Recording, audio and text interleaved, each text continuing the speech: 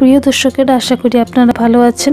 Caption দেখে তো বুঝতেই পারছেন আজকে আপনাদের জন্য নিয়ে এসেছি বাঙালির অতি প্রিয় রাধাবল্লবী ঘরে তৈরি করা রেসিপি। রাধাবল্লবী আমরা সাধারণত উৎসব অনুষ্ঠানে খেয়ে থাকি, তাই বাড়িতে কিভাবে রাধাবল্লবী বানাবো এই রেসিপিটি আপনাদের জন্য নিয়ে এসেছি। রাধাবল্লবী তৈরি করার জন্য আমাদের প্রথমেই লাগছে মাসকলাইয়ের ডাল। এখানে আমি 200 গ্রাম মাসকলাইয়ের ডাল বাটিতে নিয়েছি। এবার ডালটাকে 5 থেকে 6 ঘন্টার জন্য ভিজিয়ে রেখে দেব। ডালটা ফুলে উঠতে উঠতে আমরা মশলাগুলোকে তৈরি করে নেব। শিলপাটায় নিয়ে নেব ছোট চামচ দিয়ে 4 চামচ মরিচ, বাটনা দিয়ে মিহি করে বেটে নেব।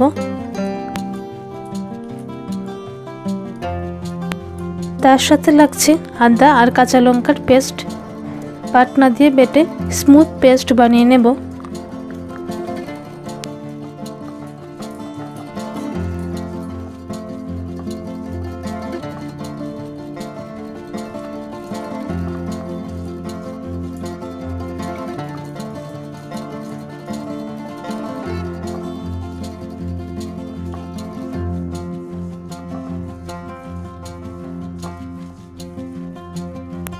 প্রায় 5 থেকে 6 ঘন্টা হয়ে গেছে, ডালটা এখন ফুলে উঠেছে। এবার অল্প অল্প করে ব্লেন্ডারে দিয়ে দেব মাসকলাইয়ের ডাল।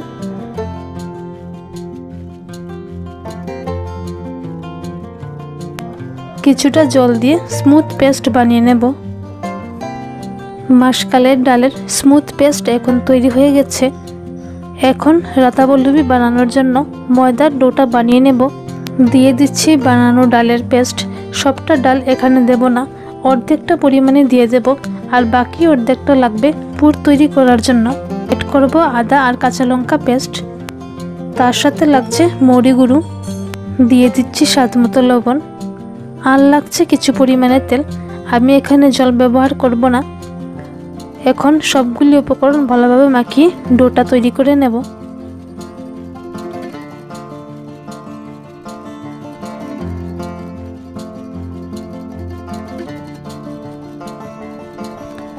ডোটা পুরোপুরি তৈরি, সব উপকরণ ভালোভাবে মাখা হয়ে গেছে। এখন ডোটাকে ভালোভাবে সেট হওয়ার জন্য কিছুক্ষণের জন্য ঢেকে দেব। এখন পুরটা তৈরি করে নেব। কড়াইয়ে কিছু পরিমাণে তেল দিয়ে দিলাম কালো জিরা। কালো জিরাটাকে কিছুক্ষণের জন্য হতে দেব। কালো জিরাটা হয়ে গেলে তার মধ্যে দিয়ে দেব আদা আর কাঁচা লঙ্কা বাটা। কিছুটা মিশিয়ে ফোড়নটাতে দিয়ে দেব মরিচ গুঁড়ো। ভালোভাবে নাড়িয়ে মিশিয়ে ফোড়নটাকে হতে দেব।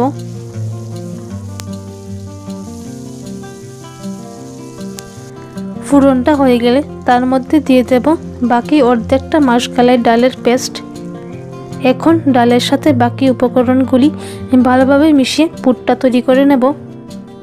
আর পুরটা তৈরি করার সময় আমাদের এই জিনিসটা খেয়াল রাখতে হবে যে গ্যাসের ফ্লেম যাতে সবসময় লো করা থাকে, আর তা না হলে ডালটা কড়াই লেগে থাকার ঝুঁকি থাকে। দিয়ে দিলাম স্বাদ অনুসারে লবণ।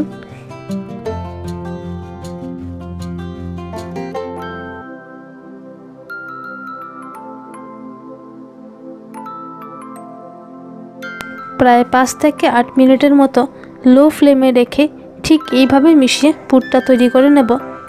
ডালটা যখন শুকিয়ে কিছুটা এরকম হবে তখন বুঝে নিতে হবে যে পুরটা তৈরি।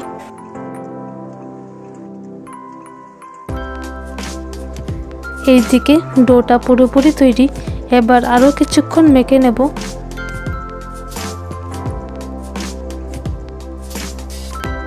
ডোটাকে এবার ছুরি দিয়ে সমানভাবে লেচি করে কেটে নেব।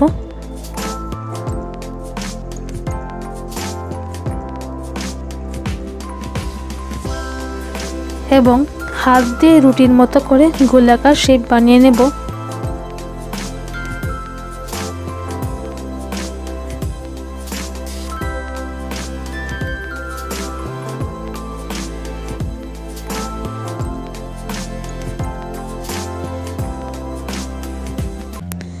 এখানে আমি যতটা রাধাবল্লবী বানাবো তাই তার ঠিক সম পরিমাণে নিয়েছি মাসকলাই ডালের পুর।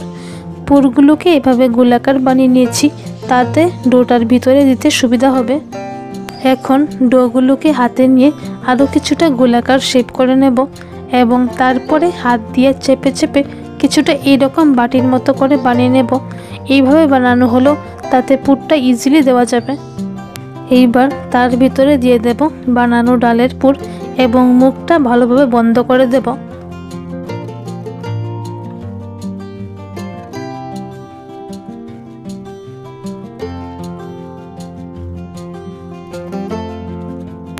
হাত দিয়ে এইভাবে গোল করে নেব এবং চ্যাপ্টা করে দিচ্ছি, তাতে ভিতরের পুরটা সব দিকে সমানভাবে ইকুয়ালি ডিস্ট্রিবিউশন হবে।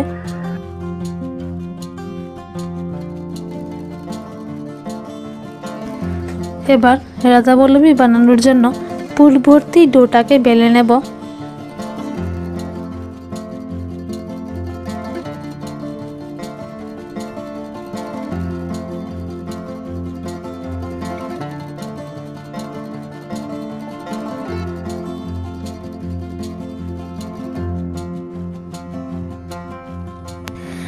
এবার সময় হয়েছে রাধাবল্লভী তৈরি করার। কড়াইয়ের তেলটা গরম হলে মিডিয়াম আঁচে রেখে রাধাবল্লভী বানাতে হবে। উল্টে পাল্টে নেড়ে ভালোভাবে ভেজে নেব।